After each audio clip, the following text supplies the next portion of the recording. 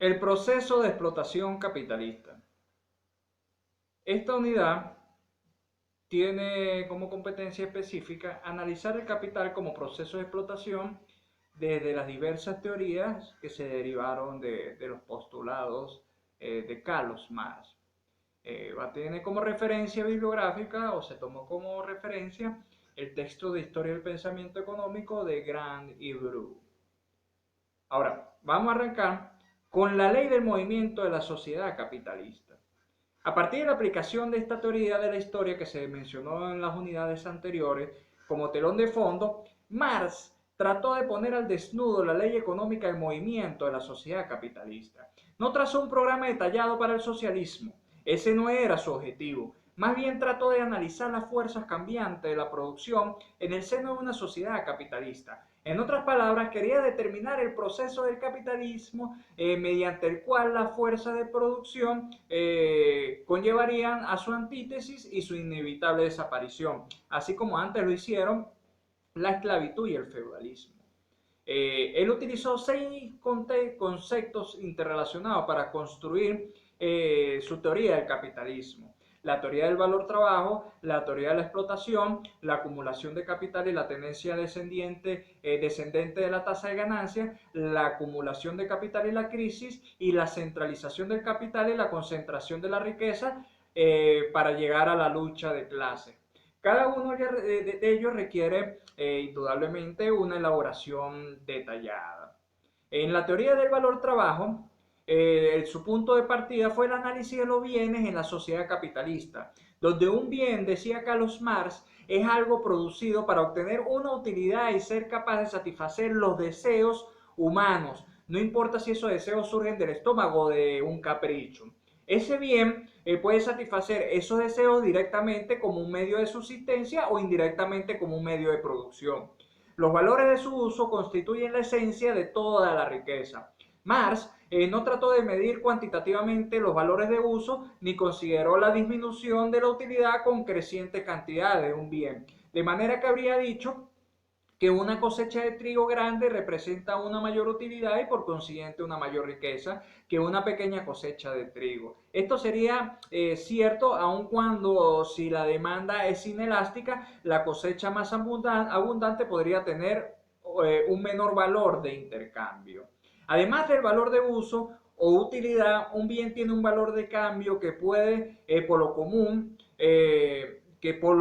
se abrevia simplemente como valor. Entonces, ¿qué determina el valor de un bien? Para Marx, su respuesta es el tiempo de trabajo socialmente necesario incluido en el bien, que implica las condiciones normales de producción, la capacidad promedio y la intensidad de trabajo en ese tiempo. El tiempo de trabajo socialmente necesario consiste en el trabajo directo para producir el bien, el trabajo incluido en la maquinaria y la materia prima que se utiliza durante el proceso de producción y valor transferido al bien durante ese proceso. Entonces, suponga que el tiempo de trabajo promedio incluido en un par de zapatos es de 10 horas. Ese trabajo promedio socialmente necesario determina el valor de los zapatos. Si un trabajador es incompetente o perezoso y necesita 20 horas para producir un par de zapatos, su valor todavía es de solo 10 horas. Si otro trabajador o patrono que van a la vanguardia en tecnología y eficiencia producen un par de zapatos en 5 horas de trabajo, el valor, sin embargo, aún es de 10 horas. Es decir, que el costo promedio del trabajo para la sociedad como un todo es el tiempo de trabajo socialmente necesario. El valor de un producto se mide en unidades de trabajo promedio simple. El trabajo capacitado cuenta con múltiples unidades de trabajo no capacitado. De manera que una hora de esfuerzo productivo de un ingeniero podría contribuir con tanto valor de un bien como 5 horas de trabajo simple. El mercado iguala el tiempo de trabajo de diferentes capacidades a un denominador común de trabajo no capacitado. Es decir, que el mercado también determina los precios que se basan en el costo implicado del trabajo. Un bien como el oro se convierte en el equivalente universal que refleja todos los valores. Un abrigo se intercambiará por 2 onzas de oro, debido a que ambos requieren la misma cantidad de tiempo de trabajo socialmente necesario en su producción. Si se acuñan 2 onzas de oro en 2 libras monetarias, entonces un abrigo se venderá en 2 libras, donde las fluctuaciones temporales de la oferta y la demanda harán que los precios se desvíen a los valores reales. En ocasiones aumentarán por encima del valor y en ocasiones descenderán por debajo de él. La continua oscilación de los precios permite que se compensen unos a otros y se reduzcan a precios promedio que reflejen los valores de los bienes. La teoría del valor trabajo de Marx difiere de la de Ricardo en una forma importante, ya que para Marx el tiempo de trabajo determina el valor absoluto de los bienes y servicios. Por otro lado, Ricardo creía que los valores relativos de diferentes bienes son proporcionales al tiempo de trabajo incluido en cada uno.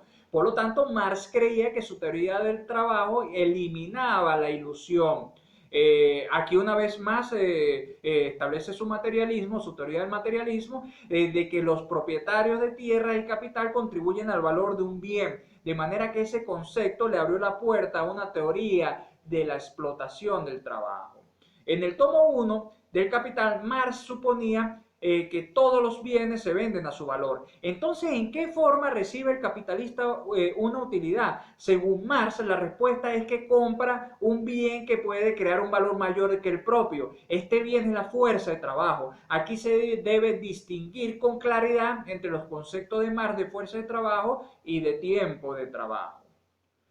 La fuerza de trabajo frente al tiempo de trabajo, quiere decir, o él se refiere a la capacidad de una persona para trabajar y producir bienes. El tiempo de trabajo es el proceso y la duración reales de trabajo, y la fuerza de trabajo es en sí un bien que se compra o se vende en el mercado. Es lo que se necesita o lo que necesita el capitalista para obtener sus utilidades. ¿Qué determina el valor de la fuerza del trabajo? La respuesta de Marx es el tiempo de trabajo socialmente necesario requerido para producir los artículos culturales de primera necesidad en la vida consumidos por los trabajadores y sus familias. Si esos artículos de primera necesidad se pudieran producir en 4 horas por día, el valor del tiempo del trabajo del bien sería de 4 horas de tiempo de trabajo por día. Si la productividad del trabajo se duplicara de manera que los artículos necesarios para la subsistencia se produjeran en 2 horas al día, el valor de la fuerza de trabajo disminuiría 50%.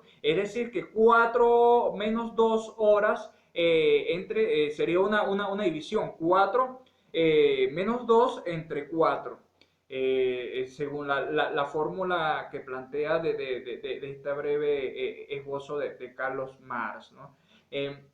Entonces, aquí es necesario hacer hincapié en 2 puntos importantes. En primer lugar, los patronos le pagan a los trabajadores salarios equivalentes a la fuerza de trabajo, es decir, le pagan el salario al precio del mercado actual. Pero en segundo lugar, ese precio de mercado del salario solo es suficiente para comprar la subsistencia cultural requerida para la supervivencia y la perpetuación de la fuerza de trabajo. La razón de este salario de subsistencia, según Marx, no es el excesivo crecimiento de la población. Él era enfático en su rechazo a las leyes de la población de Malthus. Más bien, Marx creía que el capitalismo produce un gran ejército de reservas de empleados, y este exceso en el suministro de trabajo dicta que a largo plazo el salario promedio seguirá cerca del nivel de subsistencia cultural.